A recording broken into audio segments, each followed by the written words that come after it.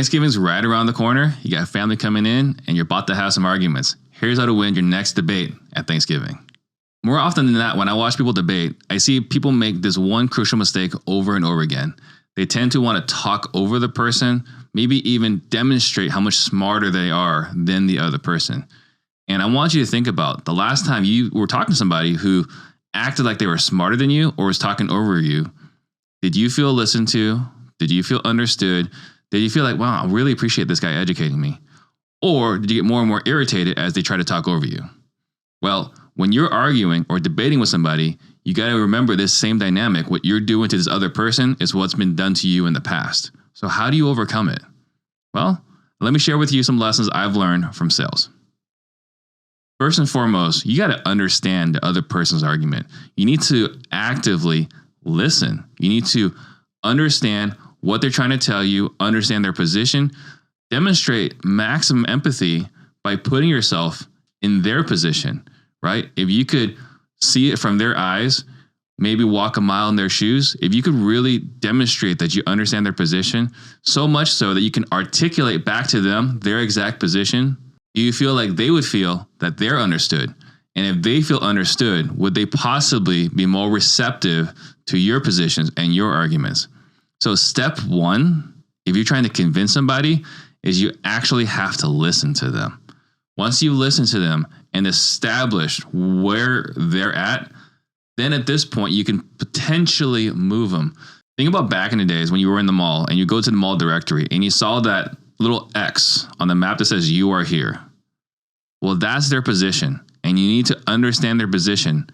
And once you understand their position, again, at this point, you can potentially move them from that position. But if you don't know where they are, how can you possibly sway them? Another thing I learned a long time ago in sales is you want to be interested, not interesting. If you're actually interested in them and trying to understand them, again, they will be more receptive. So that's the first thing you want to do. If you're trying to win an argument, you actually need to understand the other person. Step two is you want to actually ask questions. You want to potentially get them to maybe question out loud what they were telling you. You know, for example, in sales, we'll talk to a homeowner that says, my house is worth $300,000 according to Zillow, so I want you to pay me $300,000 cash. And we wouldn't just tell them, well, that's stupid. Why would anyone do that? We would ask them, help me understand here. You want me to pay you $300,000 cash?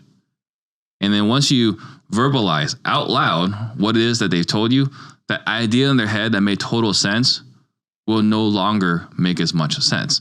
So as you're asking questions, trying to understand their position, they may come to realize the folly of their positions. They may realize, oh, I guess that didn't make as much sense in my head as I thought it did. So you can poke holes by asking questions versus raising your voice, attacking them. So ask questions, and as you ask questions, you could potentially lead them your way. You don't need to argue your position. You don't need to push your position. You can ask them questions that they would look at your position as perhaps more understandable or more reasonable, right? The last thing you want to do is make accusations, throw demands, call them, I don't know, names, bigots, racists, whatever.